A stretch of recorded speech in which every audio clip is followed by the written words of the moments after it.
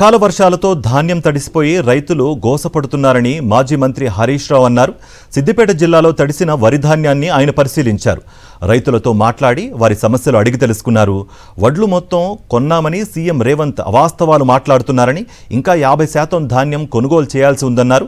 పాలకులు, అధికారులు బాధ్యత రాహిత్యంతో వ్యవహరిస్తున్నారని మండిపడ్డారు. వెంటనే కొనుగోలు చేయకపోతే తడిసిన ధాన్యం మొలకొత్తే ప్రమాదం ఉందన్నారు. అధికారులు వీడియో కాన్ఫరెన్స్లు నిర్వహించి ఏర్పాట్లను పర్యవేక్షించాలని డిమాండ్ చేశారు.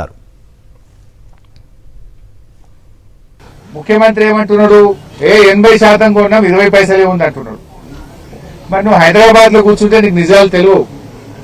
ఏ మార్కెట్కి పోయినా, ఏ ఊరికి పోయినా కూడా 50% ధాన్యం పోయింది, ఇంకా 50% ధాన్యం రైతుల దగ్గరనే ఉన్నది. ప్రభుత్వం పూర్తి అవగాహన రహిత్యంతో, బాధ్యత రహిత్యంతో ప్రభుత్వం పనిచేస్తా ఉంది. ఇలా వర్షాలు పడి మొత్తం అన్ని గ్రామాల్లో రాష్ట్ర వ్యాప్తంగా కూడా వడ్లు తడిచిపోయినాయి. ఈ తడిసిన ధాన్యాన్ని ఏం చేయాలనో తెలియక రైతులు చాలా బాధపడతా ఉన్నారు. రేపు పొద్దున వరకు మొత్తం మొలకొస్తుంది, మొత్తం పగిలిపోతుంది. అందువల్ల ప్రభుత్వం, ముఖ్యమంత్రి గారు, బాధ్యత కలిగిన మంత్రులు రాష్ట్ర వ్యాప్తంగా వెంటనే వీడియో కాన్ఫరెన్స్ పెట్టండి.